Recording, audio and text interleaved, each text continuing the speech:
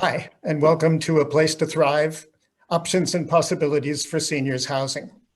We look forward to a useful and inspiring conversation about the housing challenges seniors face and the personal and family decisions and the public policy directions that will help more seniors thrive as they age in the homes and communities that they choose. My name is Bill Johnston. I will be the moderator for tonight's webinar. I was also part of a three-person team with Judy Shepelo and Justine Levesque of Hamilton Aging and Community, who organized this event, with a great deal of assistance from our keynote speakers, Sue Lantz and Alexis, who I will introduce in a few moments. Justine is also our producer tonight. Most of you are familiar with Zoom events. Just a few reminders. You will all be muted to avoid background noise. We welcome questions. Please write them in either the chat functions or the Q&A function. We'll set aside the final half hour for responses to your questions, including a few that were submitted in advance. We are glad you are here and we look forward to the issues that you raise. This event is sponsored by Hamilton Aging and Community and the First Unitarian Church of Hamilton. Hamilton Aging and Community is engaged in various activities and events to help seniors age resiliently in the community. And it also launched Co-Housing Hamilton, which is actively exploring creating a co-housing project in the city. The Hamilton Unitarian Church engages in a range of activities and social justice work, including fundraising, education, and advocacy for affordable housing. I co-chair the affordable housing team at our church. Tonight's event has received financial support from a grant from the Ontario government. None of the opinions expressed tonight necessarily represent the views of the government.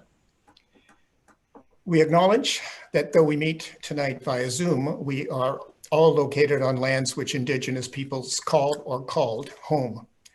I'm in Hamilton, Ontario, located on the traditional territories of the Erie, Neutral, Huron-Wendat, Haudenosaunee, and Mississaugas. This land is covered by the Dish with One Spoon Wampum Belt Covenant, an agreement between the Haudenosaunee and Anishinaabe to share and care for the resources around the Great Lakes. We further acknowledge that this land is covered by the Between the Lakes Purchase, 1792, between the Crown and the Mississaugas of the New Credit. Today, Hamilton is home to many Indigenous people from across Turtle Island, and we recognize that we must do more to learn about the rich history of this land and to engage actively in efforts to improve relations with the Indigenous peoples. As we talk tonight about seniors housing, we note that elders have traditionally occupied a place of honor in Indigenous societies as keepers and teachers of the wisdom, traditions, and stories of their communities. We also begin by acknowledging the losses from the COVID-19 pandemic, which has been particularly deadly for our seniors and especially those in long-term care and retirement homes. Those deaths have prompted a vital debate about long-term care homes, which we hope produces dramatic and overdue changes. But our focus tonight is elsewhere. Most seniors, in Hamilton it's 92%, don't live in either long-term care homes or in retirement homes, and most don't want to. They want to live out their lives in their own homes and their own communities, and options and possibilities for making that happen are our focus tonight. Most of tonight's conversation will be led by Sue Lantz and Alexis, who have extensive experience in the field of seniors housing.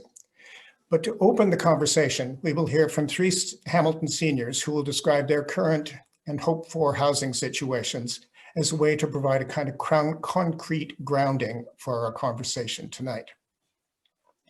First up is Daphne Payne. Daphne is an active volunteer whose memberships include Co-Housing Hamilton and the Unitarian Church, and she is a participant in McMaster University's Symbiosis program, which pairs seniors with a spare room with McMaster grad students looking for a place to live affordably. Daphne. Thank you, Bill. You stole my line. I am an octogenarian and found Symbiosis several years ago when they held a gathering at our church, even before the pandemic. They talked about their need for interviewers, and that was right up my alley. I was the manager of volunteer services at St. Peter's Hospital for 10 years, and interviewing was a large part of the job, and I kind of miss it, so I offered to help. Symbiosis is a volunteer-run agency which matches a senior who has a spare bedroom with a grad student from McMaster who is seeking accommodation in exchange for light household duties and a reduced rent. I live in a 2-bedroom condo apartment, and it sounded intriguing, perhaps for me. Both students and seniors are carefully interviewed and screened by Symbiosis, and when a match is agreed on, a contract is signed as to what each is expected on both sides. We at Symbiosis also check in from time to make sure all is going well. That sounded safe enough for me, and I did have a spare bedroom in my apartment. Being on my own since coming to Hamilton more than 30 years ago, I have had to clear out the stuff and create a bedroom out of my office. It was a strenuous task, and I got help from a wonderful professional organizer. Highly recommend them, since none of my 4 children live in Hamilton. Several local charities benefited in a big way from my stuff. I was able to prepare for my first PhD student who came from Brazil on a scholarship. She is a delight, but has left for home and then to Denmark, where her husband has a new job. She keeps in touch via WhatsApp, and the latest news is she's pregnant.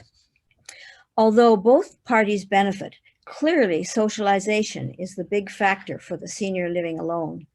It certainly has been nice to have someone around, and it has helped me cope better with my pesky arthritis. The most common stay is tied to the ever-changing university semester system. Oh my goodness. But friendships that can develop are a bonus. Another bonus, this time for the students who are from overseas, is practicing their English as a second language with the host. The host also can learn some of the customs and tastes of the students' home country. Yummy. Symbiosis provides socialization for the senior and much needed housing for many international students. A real win-win all around. P.S. Symbiosis has another student for me ready to move in as soon as the pandemic is gone. Thank you. Fortunate student and fortunate you. Fortunate me. Next up is Peter Groves. Peter is an active member of a number of groups, including Acorn Hamilton's Mountain Chapter and the Hamilton Mental Health Coalition, which has dealt with a lot of seniors' issues. Peter? Hi all. I'm Peter Groves, and of course I live up on the West Mountain in Hamilton. My wife and I are both people that have disabilities and many medical challenges we face on a daily basis. It has always been our desire to live freely and independently in the community. But for many years, for many, this may not be easily possible. When we first got married, the type of place we would be living in became problematic. With my wife living full-time in a wheelchair, the place we needed to live in had to be fully barrier-free. Owning our own place would not be possible since living on a disability pension was our only source of income. So I searched out looking for possible accessible rental apartments and townhouses. There were very few that said they were accessible, actually were. One could get into the unit, but it was hard for a wheelchair to get into the bathroom or the bedroom. And yes, most people in a wheelchair cannot get out enough to climb over the side and into a bathtub. My wife needed a bathroom with a shower that a person would wheel into using a special shower chair on wheels. Very few places have such showers.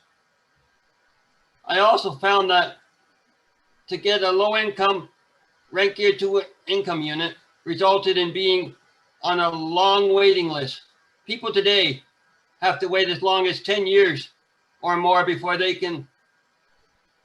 able to get a place they can afford.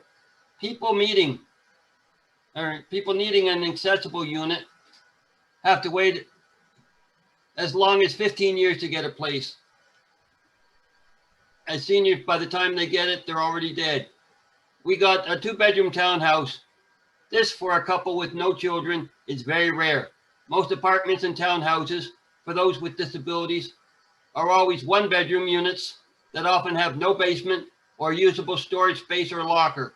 Since we have an abundance of medical equipment that requires extra space to store, a small 1-bedroom place would not have worked. Our townhouse at the time appeared to be perfect fit. Moving forward in time, much has changed. The unit we live in greatly meets our physical needs, but the location does not. We live on the West Mountain here in Hamilton. Most of our friends live in other parts of the community that requires us to always use buses to get there. Many of our medical appointments require the use of 2 buses or the DARTS bus. Most activities and events I'd like to be involved are often downtown.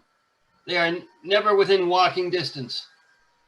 This community involvement requires an extra spending of money for the buses. This further strains our limited budget. To remain accessible and live independent, my wife requires home care for both personal care and light housekeeping. It was easy to qualify to get such help way back originally. Being people on low income with disabilities could perhaps get some help and support from family, but that did not happen for us. Neither her family nor mine care much about us, as if we seldom exist. We do not meet their standards of lifestyle or income. Our greatest support is often our home care. As seniors, we depend on these services more than ever. For a great many years, the Lantz seems to have a mandate to reduce the number of people and number of hours per week that one can get help. Many caseworkers keep trying to have me believe that I am in over my head with caring for the needs of my wife. They wanted to put her into long-term care. The pressure was extreme. Unlike most, I knew how to fight back. I brought in the help of my local MPP to help advocate on our behalf. After doing this a number of times, they seem to no longer have tried to have her put in long-term care home. Being left to fend for ourselves has created many other issues. One would think we would get at least the emotional support of family. Instead, they say we talk too much about what we go through. Without their emotional support, we are left with a greater amount of stress in our lives. The community support to help reduce these problems is often unavailable. But we have had our extended church family that provided a great deal of help. Without their help and support, we would have never managed to live freely in the community as seniors that also have disabilities. Being able to move to another place that is better to meet our needs of location is likely to never happen. We have learned to make the best we can with the place we have. Thank you. Wow, Peter, so many challenges. Thank you so much for that. And now we will hear from Jean Mayo. Jean is an active volunteer with Age Friendly Hamilton and the City of Hamilton's Senior Advisory Committee, among other groups. She's also a mother and grandmother. Jean. Thanks, Bill. So my story begins in Montreal, where I spent most of my adult life living and working. And of course, I had an extended network of friends, and even my sister lived there. But when I took early retirement, I thought about, what's going to, the kind of life I wanted to live. And at that point, I realized that none of my children, for professional reasons, would ever come back to Montreal to live. So I decided that I would move. And I wanted, I had an experience of seeing colleagues of mine where their parents had moved in with them at a very late stage of life, and so they were completely dependent on their adult children. So I said, no, I have to move and reestablish a life. So my eldest daughter, they had moved to Hamilton and were expecting my first grandchild. So that's why I chose Hamilton. Of course, it was a bit of a shock to come from, you know, walking out your front door and seeing your being able to, you know, talk to your neighbors and say hello and so on. And I remember the first time I saw someone that I knew in Hamilton, it was my bank manager. I practically ran up and hugged him. So anyway, that is, so now, of course, I'm looking back 14 years and felt that it was an excellent decision that I made. And I moved into, of course, close to my children. I have an extremely accessible apartment. I moved at the time when rents were very accessible as well, or very reasonable, I should say. And also within walking distance to all the amenities that I needed, including a senior center. And that's where I went and joined and started to establish a network of friends, which I have since then. And then I became involved in community organizations. And as Bill said, am on the senior advisory and Age Friendly Hamilton, which has a focus, amongst other things, on issues around housing.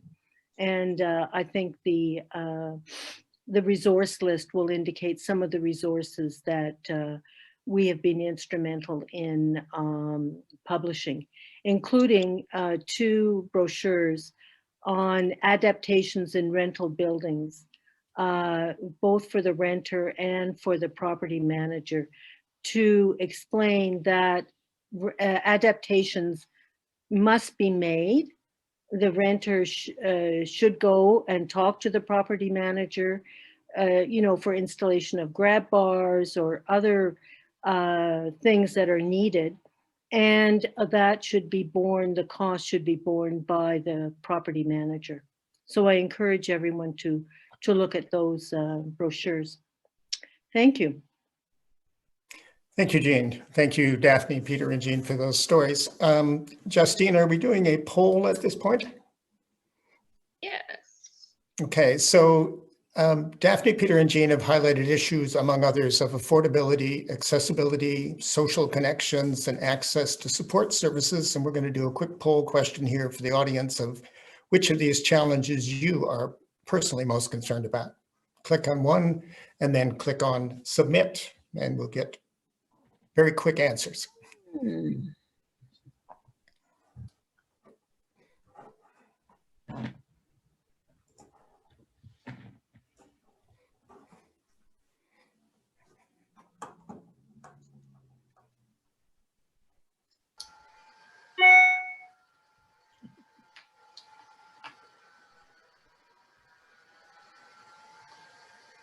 Do we have results? Yep, looks like that's almost everyone voting. And there we go. There's our results. Whoa, so social isolation is number 1, followed by affordability, access to supports, and then accessibility. All right. Thank you everyone for participating. It's interesting and it provides just a bit more for our keynote speakers to reflect on. So let me introduce Sue and Alexis. Sue Lantz is founder and managing director of Collaborative Aging, a consulting and educational firm dedicated to expanding and improving the models of housing, healthcare, and community-based supports for healthy aging in place. Sue is a trusted policy expert, educator, advocate, and she's the author of a guide called Options Open, the guide for mapping your best aging journey. Sue works with a range of healthcare organizations, community agencies, housing organizations, and businesses to co-design and implement solutions to enable healthy and inclusive aging. Alexis Weiss is passionate about improving the health and well-being of older adults and challenging long-held stereotypes. She is the Housing for Health Fellow with National Home Care, I think that's actually healthcare provider, SE Health, where she leads the Building with Mission project that supports healthcare organizations across Canada to develop new housing models for older adults. Alexis has also worked as a strategic consultant supporting private developers to develop age-friendly projects. She's held positions at Sidewalk Labs as Director of Health, the Mars Center for Impact Investing, where she led the health practice, and the National Health Service in the United Kingdom, where she led work focused on funding reform and care integration. So over to you, Sue and Alexis, based on what you've heard from Daphne, Peter, and Jean, and from the poll and your own experiences, how do you see the current challenges and dilemmas faced by seniors today? Thank you, Bill. I'm going to lead off with just confirming that housing is really a social challenge as well as a physical challenge. And we saw that in the poll, and we heard that in the stories by Jean and Daphne and Peter. You know, the affordability, accessibility of housing is obviously our major concerns. But I think what people really need is their housing to suit them and to feel that they belong to a place. And there's a much bigger concept of place when you listen to the stories tonight around amenities, people, faith-based organizations that are part of what makes us resilient as people. And so the challenges, in my view, are also opportunities for finding new ways to create place and create social aspects of our lives as we age. I don't know, Alexis, if you want to add anything, or shall we? I'll jump in really quickly because I love that we opened with some stories, because I think that makes this topic just so much more real for everyone. And often I find we are in conversations and we don't always bring sort of the human person to the front. And so I just love that you started that way. And those stories are so familiar. So when I am out speaking with older adults and with organizations that work closely with older adults, you hear the same stories sort of over and over and over again. And so there are very common challenges faced. And this particular moment in time is so interesting for all of us in this work, because often, unfortunately, I think older adults and the challenges that they face do not get the attention that they deserve. But this moment in time, this pandemic has really shone the light on this demographic and the needs that you have. And my hope is that if there is a silver lining from the pandemic, it's that there is an opportunity to rethink how we support older adults in the community, rethink how we provide care to older adults, and rethink, obviously, congregate settings as well. But if all we do is look at long-term care, we will have sort of missed this huge opportunity to really address this issue much more broadly. So thank you again for the stories, but I'll pass it back to you, Sue, and we can jump into some of the content. All right. I'm going to ask Justine to open the slides for us, and I'm going to talk a little bit about really the latest poll that the National Institute on Aging and Ipsos did about Canadians, back to what Alexis was saying. If we move to slide 3, yeah, that one. 96% of people in Canada over the age of 65 are saying, based on COVID and the learnings we're having and the suffering we're seeing and the challenges, that they will do anything they can to avoid going into a long-term care home. So really what we know is that people have an inherent desire to stay part of the community, thrive in a community, thrive in place. And usually we say age in place, and that's the term that's often used. And the technical term is the ability to live in the same home or community safely, independently, and comfortably as you age.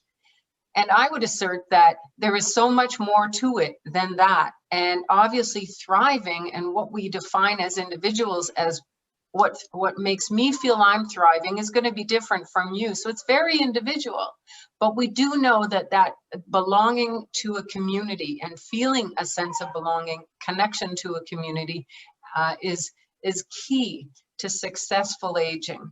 So we'll move to the next slide, and I'd like to just introduce to you a little bit about the guide that I've released in the last few months called Options Open. The premise of it is this, that if we choose to, if we want to sort of chart our own path for aging, and I'm in my 60s, so now I feel like I'm talking to my peers, and we have a 30-year horizon to be thinking about, or 40 in some cases, when we think about our aging experience and journey. It's a series of transitions. And the question is, how do we approach making these transitions? And how do we approach making the best choices for ourselves? And so with the Options Open guide, the premise is that really we want agency over our choices. And if we have a framework to approach our journey, like we would travel planning, where we're arranging where we're staying, who we're going with, what our budget is, what we want to experience, we do a lot of legwork ahead of time, and we're proactive about it. And just like when we're traveling, say a Google map or a Waze, we might have 3 options for our route. And so when we look at aging and thriving in place, I say, you need to consider 5 things. And we certainly heard earlier about the social aspects of housing. So the 5 strategies are your health, your housing, your social networks and connections, your caregiving team, and your resources. And so when you're considering your housing choices, if you have these other 4 dimensions in mind, and we hear that top of mind for all of you are social connections, then you can start to define what's your best version of aging in the right places with the right supports. So we'll go to the next slide. I'll just walk you through quickly the strategies so we can just get kind of into the same mindset on what these are, and then we'll talk in more detail about housing choices and possibilities. So on our health, what I think is so important is that we are proactive in how we manage our health and we make informed health choices. And how do we do that? We use resources available to us. In your own hometown in Hamilton, you have the McMaster Optimal Aging Portal. It is one of the best evidence-based sources of information about your health. So when you're thinking about how do you maintain your best version of your health, it's about finding reliable health information online. Disease-based organizations, the Cancer Society, diabetes, Alzheimer's societies have a wealth of information on their sites too. So it's a matter of reaching out and becoming informed and learning about the kinds of health challenges or risks you may face and managing them well. And also, I really believe that one of our biggest assets are our health clinicians, and forming collaborative relationships with them over time really helps with maintaining our best health. And I really recommend in the guide that we become technology literate on how to sort of maintain our best health. And that's everything from now with COVID, we have the opportunity to have virtual health appointments. And really, actually, there's a silver lining for us, is that the options around technology-based care have widened up in COVID, and hopefully they will continue to. On the next one, housing, which we will go into in much more depth, what I really think is important to understand is the sort of the affordability. Yes, it's a key concern, and accessibility or adaptability of space over time, and having space that will adapt with you over time, is a key element of successfully finding the right housing for aging. And the design of the housing is really critical. And what we're hearing from the seniors working with us on this National Housing Solutions Lab project, casting the future of housing, the design that people are saying they want most, and your poll results support this, is social design. How we want to live and how we want to live with each other is sort of a fundamental design principle, and sort of almost a design philosophy. And so I think that the possibilities we'll talk about tonight, and we heard some already, symbiosis from Daphne, the social design elements are equally as important as the physical design. And also what we'll talk about tonight are some of the new ideas around shared housing and co-creating new housing options. So if we get into the saddle and try to help co-create some new options, we will have more choice. Our options will be open. So the next one is our social networks. And I won't go into this in detail because we've already had lots of discussion about the importance of our relationships. And a theme that you hear, and I hear a lot from people, is that we are continually forming new relationships and chosen communities and families. And that, as Jean was saying, she's not living near her adult kids. And that would be, I think that may be what the future holds for many of us, or some of us.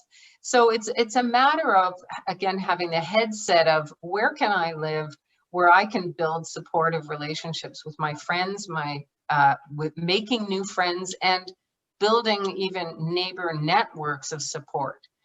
So this is a key element of our housing choices and really our growth as we age. The next one is our caregiving team. And that strategy really, I'm in the forward-looking kind of lens around thinking ahead of this in terms of the supports we may need. One of the key supports we will need is care in our home. And Alexis will talk a little more about that. But what I try to help people see is that you need to cultivate a team. And that team includes your friends or your family or your neighbors, but it also includes paid help or support in your home, and also people to provide advice. And in this sense, like the other choices, it's very collaborative in its nature. We gain support when we create teams, and we offer help to other people as well. So it's a giving, receiving help kind of strategy. And when we sort of consider that as being sort of a building block for successful aging, we can go about our actions in a more systematic way to really cultivate a team around us. And the last one is our resources. And I guess I found it hard to find an image for this slide, because really what we're talking about, when I talk about the 5 strategies, they are all resources. Our social networks are a resource to us, or our relationships are. Our health is a resource or an asset. Our housing and where we live is an asset to us. Our communities and neighborhoods are an asset. Technology, the healthcare services we have in Canada. We have so many resources, as well as government funding and insurance. And so how do we put all of those things together in a way that suits us, right? And that's where you're going to be different from me. I'm going to be different from Alexis, Judy, Bill. It comes down to kind of like a Rubik's Cube, assembling the resources you have and navigating to find the right ones that suit you and that support you the best. And so that's where all of this gets very creative. And I think that we will talk about government funding and incentives later tonight. But I think one of the things I'm trying to really illuminate is that it's bigger than government. It's bigger than us. It's much broader, and we have a menu that we can work with in terms of our resources. So Alexis, what does some of those creative solutions look like as you try to have the perfect combination of those categories? Yeah, well, the good news is there's lots of creativity out there. And so what Sue has talked about is really what you can do as what you can sort of do as an older adult yourself to make sure that you are in an environment that is suited to you today, and that is also, you're also thoughtful about the kind of environment you want to be in the future. Really, when it comes to deciding where to live, you have two options, right? Mhm. You're going to Yeah. stay in your own home, First slide. or you're going to move. Now, staying in your own home, we'll talk about that a little bit more, but moving, I think I want to just make one important point here about moving that ties back to what Sue was mentioning. Moving, unfortunately, is often predicated by a crisis moment in someone's life. And that moment limits your choices. You're usually required to move quickly.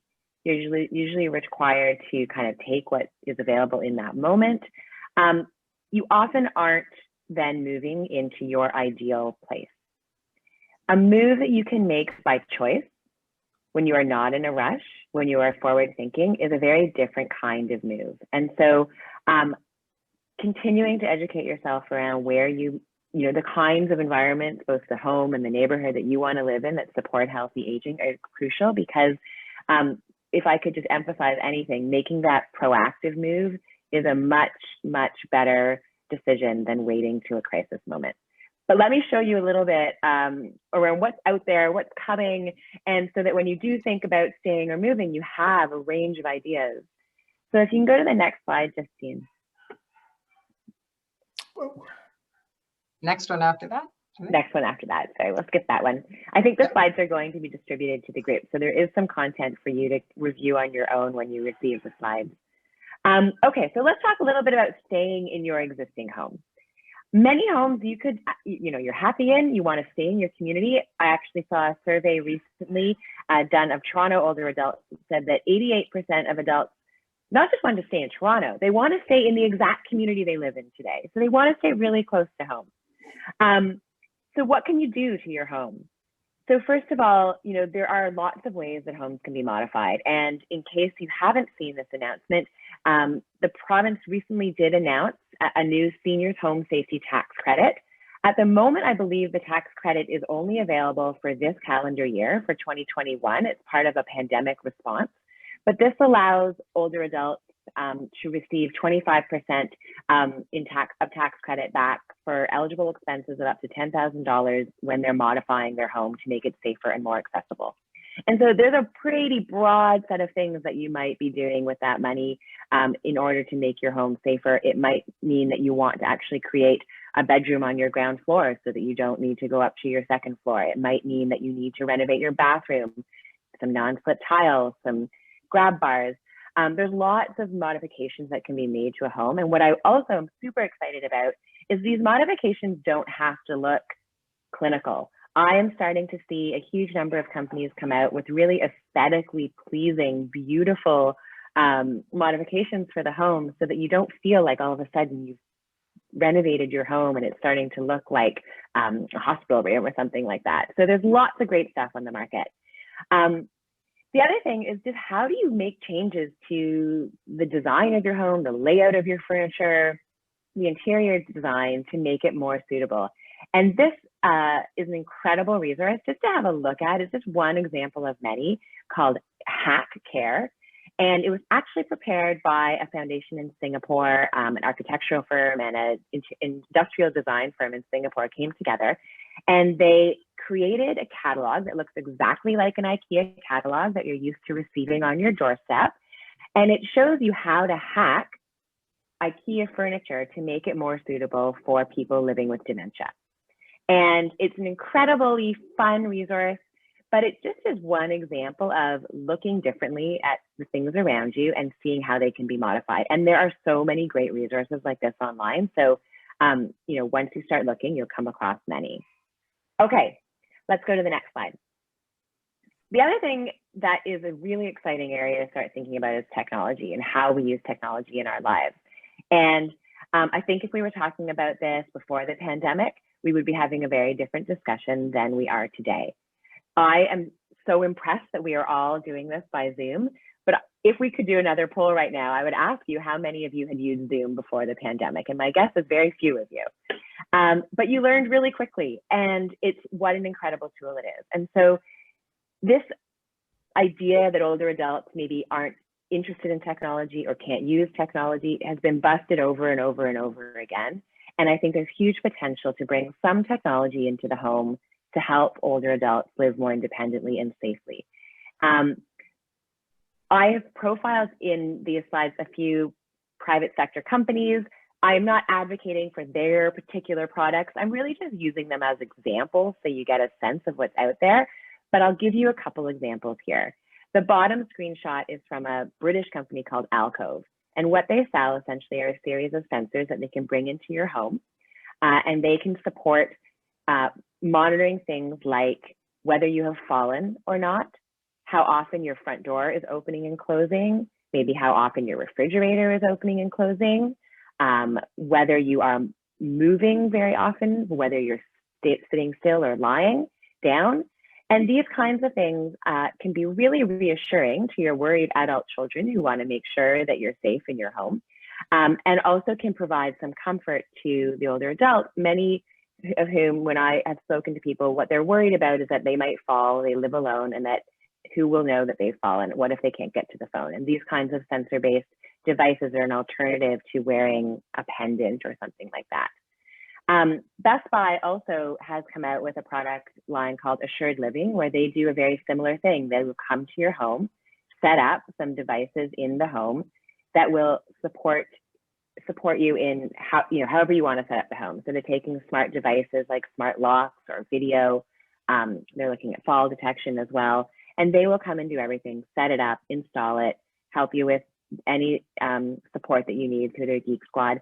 So you're seeing the private sector start to come to the market and bring some solutions to older adults. And then there are so many more of these, but keep an eye out because I think these are really going to change our experience in the home. Okay, so let's go to the next slide. Another sort of stay in place option is some really great work that has been done around naturally occurring retirement communities. And so what you find in many cities is large rental apartments who have over the years just evolved to be the home for many older adults. So I think 30%, when 30% or more of the units are lived in by older adults, they can be classified as these naturally occurring retirement communities.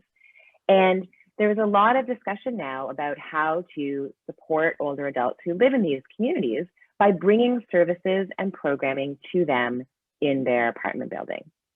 So Oasis is a not-for-profit organization based in Kingston.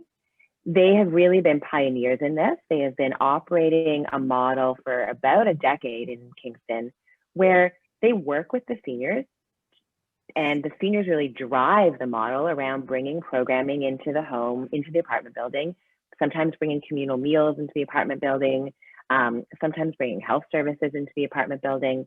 And they are actually piloting this model in several other communities, and actually are piloting this in Hamilton. So there is an apartment complex in Hamilton. I think it's in the Stony Creek neighborhood that they're looking at, about 215 apartments. And they're running a formal study to see what this kind of social programming and communal programming does to enhance people's life who live in these NORCs, these naturally occurring retirement communities. And then the University Health Network in Toronto has done some incredible work about thinking about what these NORCs could look like in the future. Let's actually make them into care hubs. Let's bring some staff in there. Let's bring some programming in, and let's bring some technology in. And so older adults are choosing to move to these communities because they know that they are already places where other older adults live, and there's a real opportunity to enhance the services. And you can actually have seen during COVID, there are examples of healthcare teams going into these apartment buildings and vaccinating seniors who live there, because it's a really sort of convenient way for those older adults to receive their vaccine. Okay, I'll fly through a few examples. So those were stay in your own home. Now you're gonna move. Okay, you've decided that your home isn't the right place to stay. So what kinds of places could you move to? And I'm gonna show you some alternatives to a retirement community, because more and more people do not want to move to those retirement communities.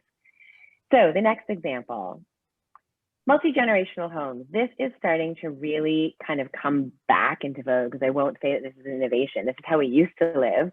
But there are more and more stories of families who have decided that they are going to live with 3 or more generations under one roof, and are renovating homes intentionally so that every generation has some space to themselves, but then shares some space. So often different generations have different entrances. They have private bedroom spaces, sometimes private kind of living room spaces, but then share the main dining, kitchen, communal spaces. And so this is an increasing model of living. There's starting to be homes built that look like this, and families are starting to design homes like this for themselves. Let's go to the next slide. This model I probably don't need to explain to many of you on this call, because I know that so many of you are involved with Co-Housing Hamilton, but co-housing, the idea of people coming together, living together, having some private spaces, but some communal spaces, is a sort of growing trend really across the country. And it can happen in lots of ways. I think for a year or more, we were hearing about the Golden Girls Act, which was really an act that came into place in Ontario, really to make it easier for non-related individuals to cohabitate in a private dwelling. And this picture is of 4 women in Port Perry, Ontario. They live together in a home that was renovated with accessible features. It includes a suite for a live-in caregiver, and it allows for all of those women the ability to share expenses so that they have a more affordable housing option. They provide each other with companionship, and it provides some added safety. But then you see Compass Co-Housing in BC, which is sort of a different idea, right? This is a much bigger development. This is 40 units or more. It's a multi-generational kind of complex. But again, it's the co-housing model where there are individual units, but there's a large common house that individuals share. So you have a sort of a grassroots way of putting these together, and then you also have sort of a more formal development that's bringing co-housing ideas to market. Let's go to the next slide. Laneway housing, garden suites. These are also a huge trend. And so laneway housing is exactly what it sounds. It's taking the laneways that we have so many of in Hamilton and Toronto and many places, and using what is typically space for a garage or for parking to build a suite. And these suites can be built as highly accessible and have the benefit of being closely related to the home that is in the front of the garden normally. And so this might be for a relative. This might just be a rental unit that you rent, and then you have a relationship and know that there are people close by, but you may not even be related. And the garden suite is a similar idea. This is an example of a company out in Calgary called Garden Loft, and these are essentially prefabricated units. They come in a couple pre-designed floor plates, and you can order them, and they just install them within I think it's a couple of days. They put these up in your backyard, and they are fully functional, independent living suites, really marketing them ideally for older adults who want to live in the back garden. And then let's go to a couple other examples. So some of these examples are not Canadian. I'm sorry about that, but I'm showing you some of what's out there. These are a couple of examples based out of California, where I feel like they have taken the idea of retirement living and really sort of spun it on its head. The first one is the Kriya Living, and this is a community brought together by their Indian culture and heritage. It's lively and modern, and just the environment is really, I think of it as sort of the opposite of what we imagine retirement living to look like. And this actually, Kriya Living, was designed originally for older adults, but what they found is the units are so attractive, the common spaces are so attractive that they had families that wanted to move in. And so it has moved from an older adult community to a multi-generational community. And similarly, these NoHo Senior Arts Colony in California is an adult community, 62 plus, really designed for artists or lovers of art. And the idea is that they're bringing people together around a common shared passion. And I think I have one more example to share. Oh, I have 2 more actually. Next one, We've talked about affordable housing a little bit and the need for affordability. And so I'll just highlight a couple of really interesting things that are happening in this space. So this is Emmanuel Village in Winnipeg. And the reason I profile it is because this development was built along with the United Church in Winnipeg. And the idea here, it's not a seniors community, it's a multi-generational community, about 21 housing units. And the goal here was really to try to use the land that the church owned to fill a need in Winnipeg. And this is more affordable housing for anyone, but they found that really it was young families that was interested in moving in and older adults. And so we're seeing increasingly religious communities who have land ask, what can we do with that land that meets the needs of their community? And housing, affordable housing for any demographic is where many of these congregations are looking. And so that provides a really nice opportunity to meet their mission mandate of serving people who are not being well served and using an asset that they already have to meet the needs of the community. So keep an eye out for what's happening in your local churches and what they're using their land for. And the final example, I have to put a little plug in here because as I was mentioned, I work for SE Health and we are working very hard on a housing prototype for this missing middle. So not a deeply subsidized housing unit, not an expensive housing product, but for this big population of older adults that have a middle level of income. SE Health is also a non-for-profit organization. And so the idea here is to bring to market something that's much more affordable, that offers care in a different way, where as a home care provider, care can be brought to you in your unit, and where there are many shared communal spaces, just like in co-housing. So we're working hard on that idea and hoping to be able to build that soon so that you can all move into it. Okay, so that's just a flurry of ideas, but I'd love to hear feedback and questions about all of those. And Sue, if you want to jump in, go for it. Well, you've done a great job in giving us a tour of some of these options, Alexis, and the benefits, right? I think the thing that comes through is that all of these options have some strengths and some maybe things that you might consider not suited to you or a weakness. But we're at the beginning, I think, is really what the message Alexis and I are both kind of conveying, is that we're at the beginning of this journey of kind of exploring new ideas and options for housing. And the way we're going to go about creating these is these collaborative approaches. You saw the faith-based group with their land. You see a homeowner creating a garden suite that might create a rental housing. We get there to these creative solutions by working with others, listening, hearing ideas, and building on ideas. And some of the ideas in the States around the targeted communities are culturally based. There's some really big gaps here in Canada. The LGBTQ2IS communities are feeling very much that the housing opportunities do not meet their needs. There are cultural communities that feel this way. So we're just at the beginning of kind of exploring what's possible and getting more creative on the housing options. So we were going to spend some time talking about how do we actually start seeing these things happen, but we're also very close to our final half hour. So Justine, if we have some questions that have come in through the chat or the Q&A. Yeah, for sure. So we have a couple questions about the different options that you just described. The first one we have is, how is the missing middle model different from a condo corporation? At the moment, so a condo corporation implies ownership. At the the ownership structure of that could vary. It could be rental, it could be life lease. So you can bring a product to market in a variety of different ways. I think the affordability piece is key. So a for-profit developer really is going to look to primarily maximize the rent or the sale price that they can achieve. And depending on the community that you live in, that is out of reach for many people.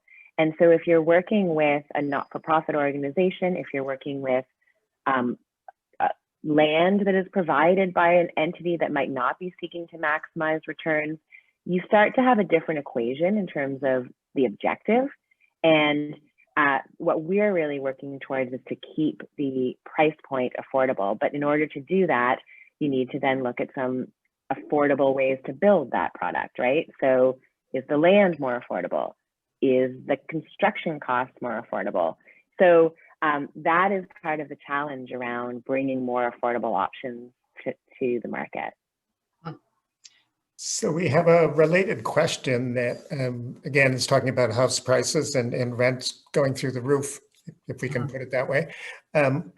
It's really, really difficult for people to find accommodation. And this particular questioner is asking about $40,000 a year. And there's a lot of Hamiltonians and likely Torontonians too, who don't make even $40,000.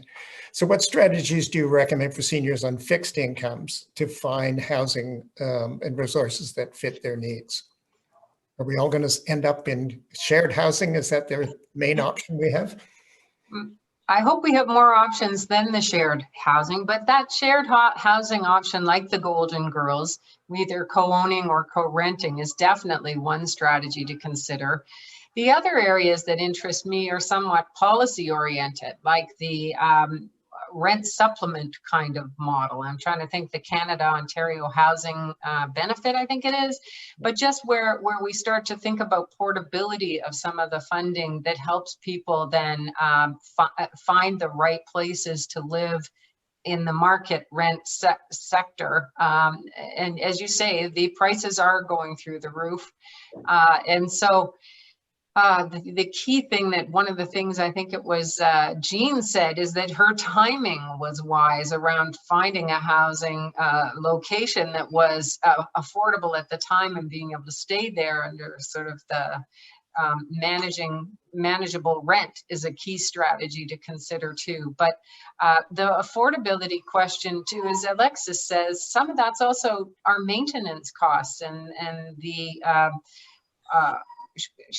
sort of going through the roof costs of hydro, power, heating, all those costs really are a factor for people. And so we're going to have to get more creative for sure in even the kind of buildings that we build going forward.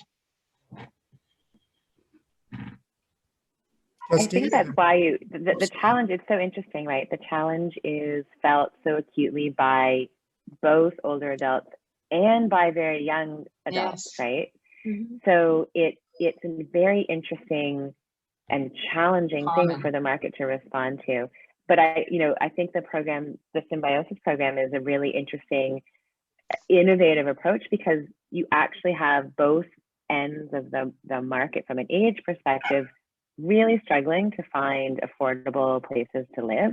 And I think that there is going to be some creativity that comes to the market, but I also really feel that there will be a requirement for some policy change and some policy levers to come into play, because there's only so much that the market will be able to respond. Having said that, the demographic of people that is looking for more affordable housing continues to grow. And so when there is demand for something, supply does start to come. You may see that supply in smaller communities, smaller towns. You may see developers starting to bring to market kind of this middle market product. We haven't seen that much yet here in Canada. You see it a lot more in the US, a lot more product coming to market that is really targeting kind of middle market rental. Middle market meaning? Middle income market. Mm-hmm. I would say the other thing I'd add is that Alexis pointed out, she's involved with Building with Mission, and the idea of freeing up land that is owned by faith-based organizations. The cost of land is such a huge cost of housing, right? So if we can eliminate that cost or build on land that's already owned with a purpose, that really will open up some more possibilities. And it's already been done, but we need to do it. We even have opportunities to do it more on a larger scale when you look at the assets of the various faith-based organizations in Canada. And so again, I think that's a topic where communities can come together and say, wow, we've got this asset. What can we do with it? And how can we create housing in a social way that still maintains community, builds on our community actually, and enhances the affordability. And In there's your a own good neighborhood, question. you know, when you think about how that might translate into where you live, you know, this means you need to see higher density in your community. You know, if you can put more units on one plot of land, they will be more affordable units. So, you know, I think translating some of this into what it means for your own neighborhood, your own city. So density does help sometimes with affordability. You need to look at any development, I think, that the city is involved with and ask, are they maximizing the use of that project? What are they putting in there that's for the community? There's such wonderful examples of, you know, a library on the ground floor, housing above that, you know, a hospice over here, another not-for-profit over there. So really bring a variety of purposes together in a single development. Just increasingly, we need to see that to make sure that we have all the services that we need, and then also that they're bringing more affordable housing into the market as well. Justine, are there more questions? Yeah, we've got a good question from the perspective of a not-for-profit housing provider who's looking to create affordable housing. What factors should they consider to create age-friendly communities that allow people to age in place that are beyond just affordability factors? The big question. Yeah, Peter, I have a couple of thoughts to start. Yeah. Oh, okay. Go ahead. I was gonna say there's so many great resources out there around what age-friendly means, and it means everything from, you know, what's around you, so the neighborhood, to the building design, to the unit design. It's at all scales, and there are, you know, tons of material. I actually point people often to the AARP website in the US. They have wonderful, wonderful guides around what age-friendly looks like at all of those scales. So, you know, we can jump into it, but I know there's tons out there if you want to have a look. Yeah, and I would just add to that one of the things in talking to architects and seniors is that there's all the features of accessibility, and in Peter's case, where his wife is using a wheelchair, there is a level of accessibility that is definitely needed for Peter and his wife. But for building new that will allow adaptability over time to space, I think is a key feature. If a nonprofit group is setting out, it's really almost like sort of setting your sights on building with change in mind, but that allows some elasticity that way in terms of change. And as Alexis is saying, depending on where the land is and what's around it, that really affects what you want to either try and build in or adjacent to the building, and what the transit system's like. Where it's located is such a huge factor in terms of what you do as a nonprofit organization with the housing you create, right? You want to complement what's around and look at it in a complete way. And as Alexis says, there's quite a number of resources, especially in the States, on these kinds of planning principles and approaches. So here's a question that's probably to you, Sue, that you emphasize the importance of services that people have so that it's possible for them to stay in their homes. The question says that Canada does not spend, as a proportion of its GNP, very much, GDP, I guess that is, very much of its, very much money on home care. And we spend like 6 times as much on institutional care as we do in home care. Whereas, for instance, the Danes, who recognize the value of home care, their spending's the other way. They spend more on home care than in institutional care. How do we make the case? How do we convince the politicians that to really invest significantly in home care? Oh, That is the million-dollar question, Bill. And having been in the home care field for a long time, it's an argument that I've seen for 20 years, like the Romano report talked about the value of investing in home care. This has been a long talked about issue and topic. And I think one of the things that when I met some of the people from Denmark, when they were here looking at our home care system, which was fascinating to me because we hear about how fantastic it is in Denmark. We have to remember that they have a population of 6 million people and a geography that is probably double the size of Massachusetts.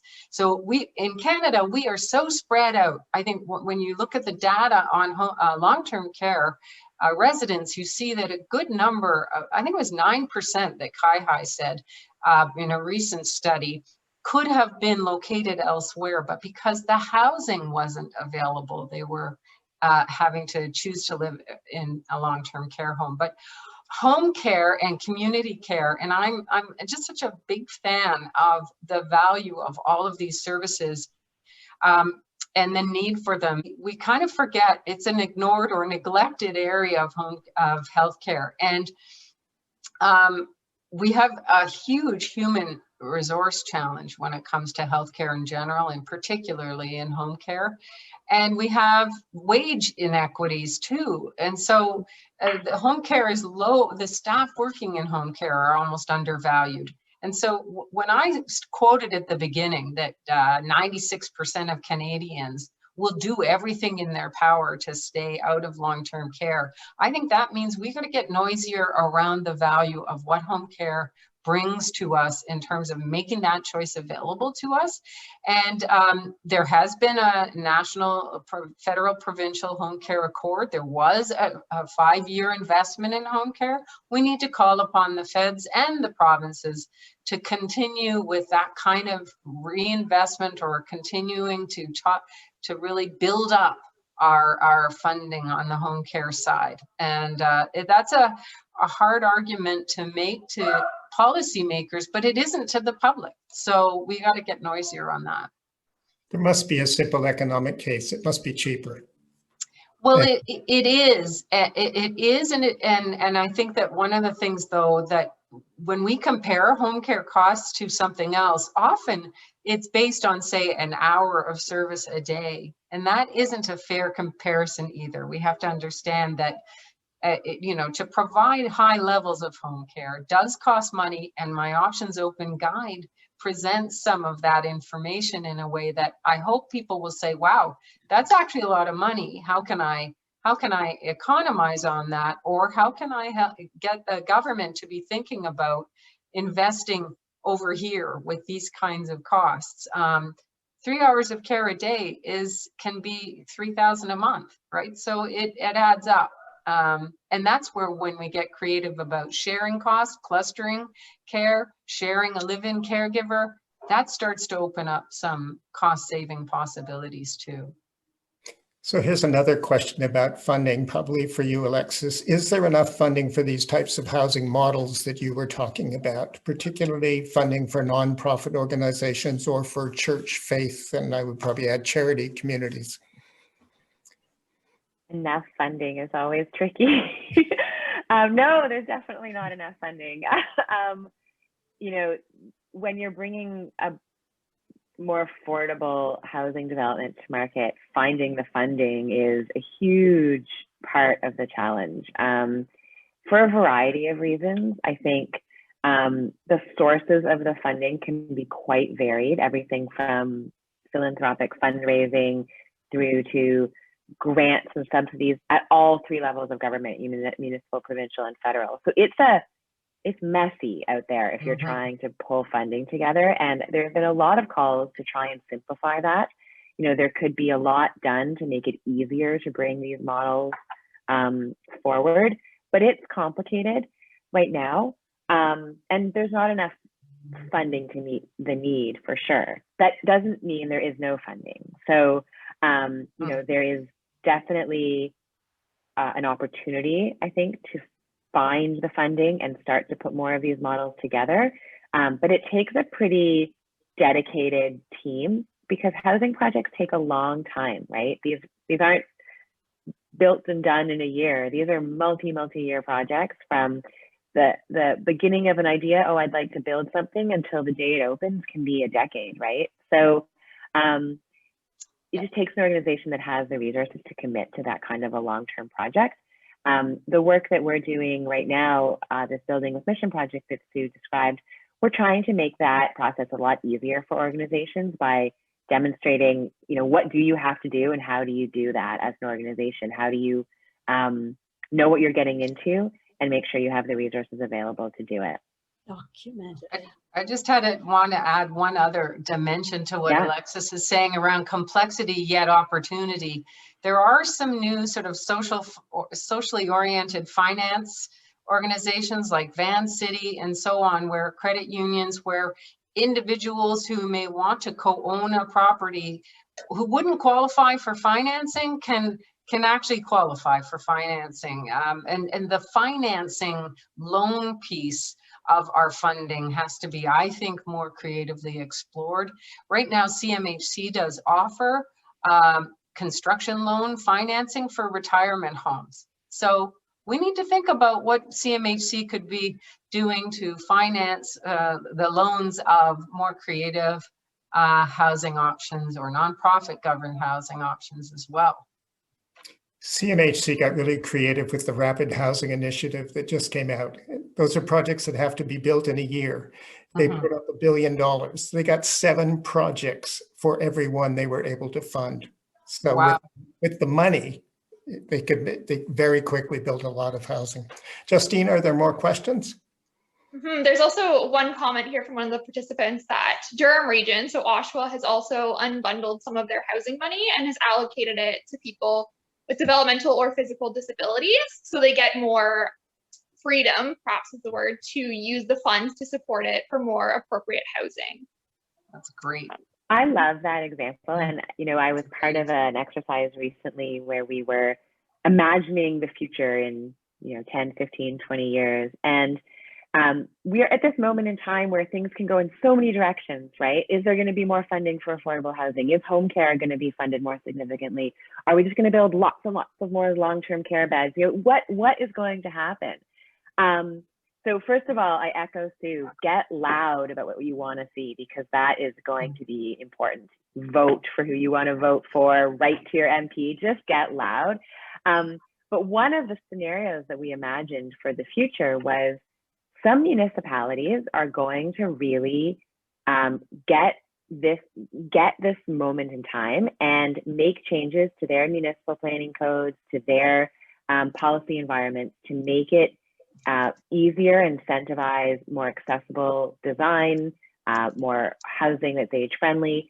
And in return, we'll start to attract more and more older adult residents to their community. And I think this is a huge sort of competitive advantage for cities to think about. You're attracting a huge demographic that bring with them the wealth of many decades of hard work, and can be a real enormous asset. And so I think one future is you actually see municipalities sort of competing to attract older adults, and doing so by the policy environment they create in their towns and cities. Are there actually municipalities doing that? Are there examples, Alexis? I hate to say, I see it more in the US, where some towns, some cities are getting incredibly proactive about this demographic. I have seen less of it in Canada, but maybe we're starting to hear some examples now. I would love to see municipalities require age-friendly reviews before sort of allowing planning permissions to go through. I'd love to see incentives for more accessible and adaptable units to be built. These are all things within the realm of the possible, for sure.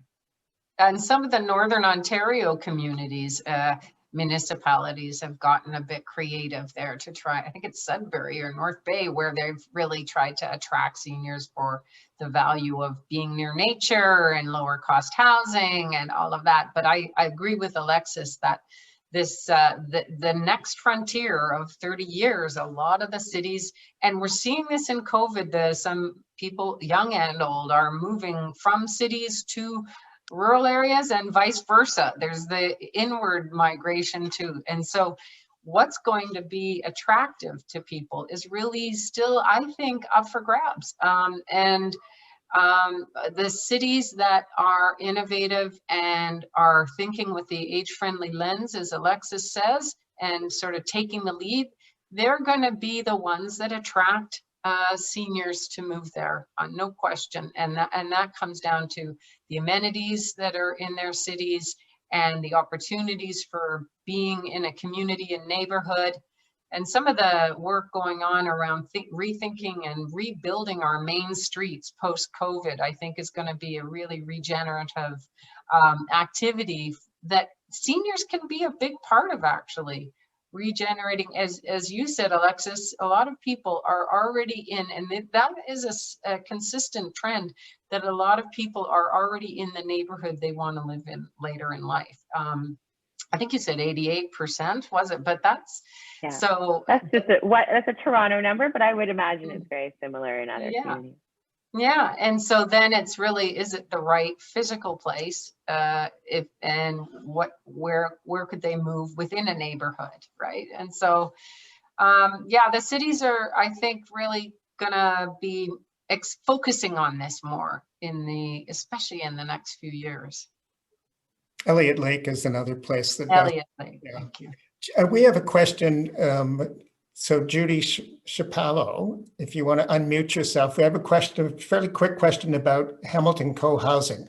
Is Hamilton co-housing focused on traditional co-housing, that is separate homes and shared common house, or is it looking at shared housing? Well, it's modeled after the Danish model that came to North America in the 1980s. And it's each family or individual will have their own unit, and there'll be a large common house in which there'll be the opportunity to share meals and share activities, and there'll be a guest suite and maybe 2 guest suites, so that one could become a caregiver suite, and there'll be a yoga room and all that kind of stuff. The thing that the co-housing likes to say is it is a perfect blend of privacy and community. It's as much of whatever one wants. So you have your own discrete home with your own kitchen, etc.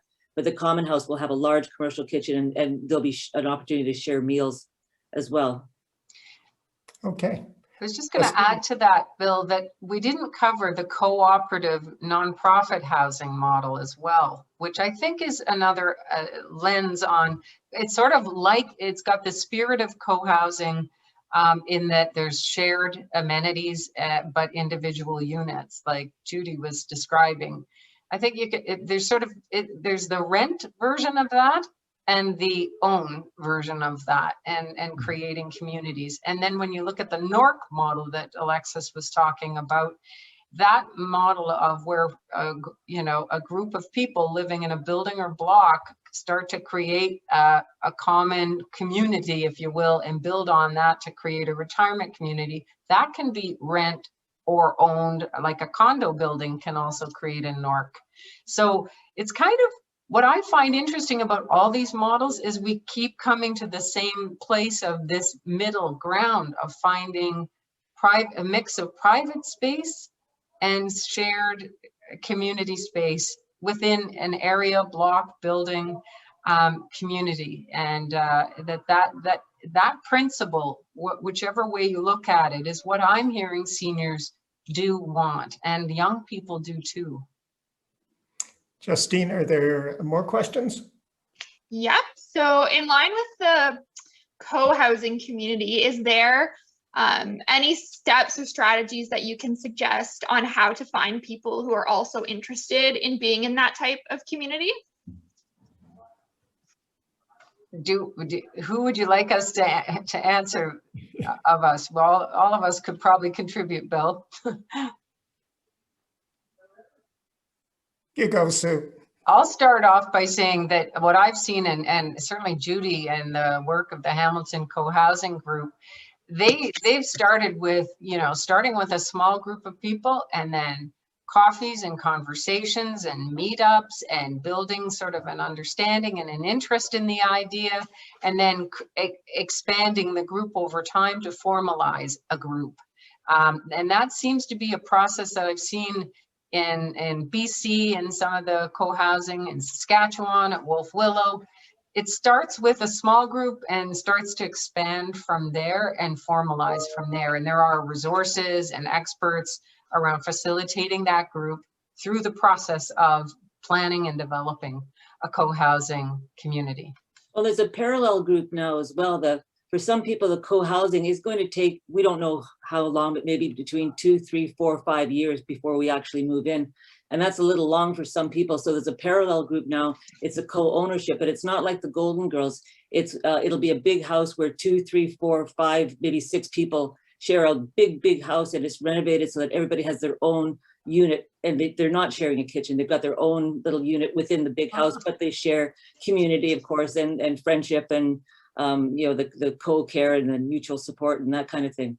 So that's a smaller version, and that's more likely an immediate thing. We're looking at a group right now. It's the first one that they'll be probably moving in hopefully within 6 months. So if anybody is interested, you can absolutely contact me for both of those options, the co-housing and the co-ownership. That's great. We are down to about our last 5 or 6 minutes. I have one question around some quick response on some ideas for supporting seniors that are living with mental illness and living with dementia. Alexis, one of your examples talked about coping with dementia. Are there some creative ideas for coping with those challenges? I think there are ways to make the home more suitable. So I think that's the first step, that you can make. Usually most living environments can be adapted in some way to support the individual. I also like to think, though, what can be done not just within the home, but within the community. And again, this is a great example of, I'll give you one little example. The Alzheimer's Society has a program called the Blue Umbrella Program. The Blue Umbrella Program asks that business owners in the community take, I believe it's a 1 hour, maybe 2 hours, a short course that essentially teaches them what to expect if they have a customer or someone come into their cafe or their store who has dementia, and teaches them how to interact with that individual in a healthy and safe way, and a respectful way. And so you, just like you get, like fair trade certified coffee at the grocery store, this is the Blue Umbrella certification that you can put outside a store window, so that you start to create a culture of an age-friendly community where people with dementia are welcome in the community and are safe in the community. And we know how to identify those individuals a little bit better and how to respond to them.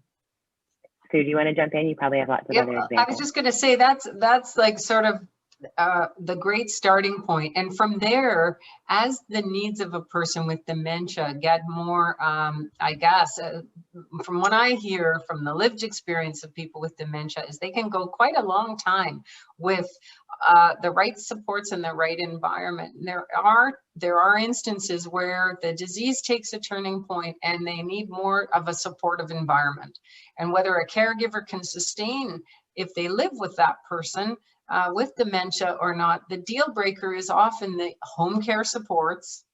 Here we go again, how important home care is, and the respite supports. And the Alzheimer's societies have a lot of them have amazing day programs, and minds in motion, minds in motion, I think is the right term, but just programs that really help support people to stay in their communities and still continue to sort of be stimulated and invigorated. But we also do need more suitable housing options for people living with dementia in the more advanced stages. And our long-term care homes are not up to par on that. And we've got models like in Langley, BC, in the Dementia Village. There are models in Europe.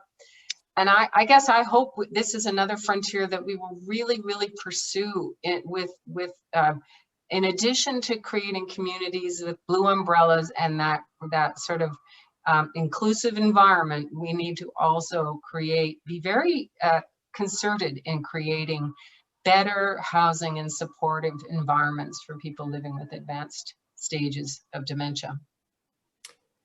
Sue, you mentioned respite care, and that raises the question of the vast amount of care that's being done by volunteers, typically family, that we haven't really talked about but there are millions of Canadians who are providing the care. Absolutely. And again, some provinces are getting more creative at supporting financially those caregivers to be able to purchase their own respite from the care providers they choose. And this is also, I mean, we've got some caregiver benefits now in Canada for people that are doing palliative caregiving, but we have got to step it up when it comes to supporting caregivers to play the role they want to play and find a way to do that in a balanced way and not be too distressed or jeopardize their own health, because then that just really things break apart when that happens, and we don't want that. Mm-hmm. Mm-hmm. I think you're seeing some private employers really start to figure this out too and recognize that providing really robust caregiver benefits to their employees is a huge benefit for everyone. So, you know, you can increasingly take time off. You can increasingly have some of the costs covered by private insurance through your employer, you know, if you have that kind of employment agreement where you have additional benefits. So this caregiver insurance world is also something that's growing very rapidly right now. Yes. We are out of time. I will give you each a minute to say one final thought about the possibilities. Alexis, do you want to go first, or me? Well, I hope what we've done is just to help you sort of see some of the options that are out there. And, you know, I know they're not all available everywhere, but I think what I'm really hoping our future holds is that there is a much broader range of options available, because I think that's where we get stuck. Right now, we are sort of very limited. You have few options, and what I would love to see is a greater range for everyone at all income levels, at all levels of health, at all levels of accessibility. And I think we are getting there. But as a takeaway from today, in addition to you being creative and finding the right home for yourself, you know, speak up. I am increasingly believing that being loud and advocating for yourselves and for this demographic is going to be our best path forward. And so we all need to just get a little louder about what we're looking for. Well, I can't really, I've been saying that too, but I think that one of the things I would leave you with is that I hope you see the possibilities we see, and that I hope you see the benefit of some of this kind of informed navigation up front that allows you then to have a sort of a leg up on navigating choices, which then also creates the circumstances for us to get more creative about what we want. It's just like sort of travel planning. If you've done some of the legwork, you can get on the plane and relax and enjoy the ride, or you can explore places you wouldn't have otherwise explored because you've got some of the basics taken care of. So I say, let's get our sort of 5 strategies in mind and be sort of intentional with our choices, and then work together to come up with some of these solutions. Work with developers, work with faith-based organizations, work with home care organizations, work with our neighbors. It's a collaborative process. So to continue this conversation, we've had a number of questions, people asking about resources, this recording, etc. We will be providing this recording of this event and the slides, and we will provide a resource list that will include what you've seen tonight or what you've heard from tonight. So all of that will be coming. We're out of time. Thank you, Sue and Alexis. That was inspiring. Thank you, Daphne and Peter and Jean, for setting it up. Thank you, Justine Levesque, for producing tonight's event, and Judy Chapello, who helped organize it.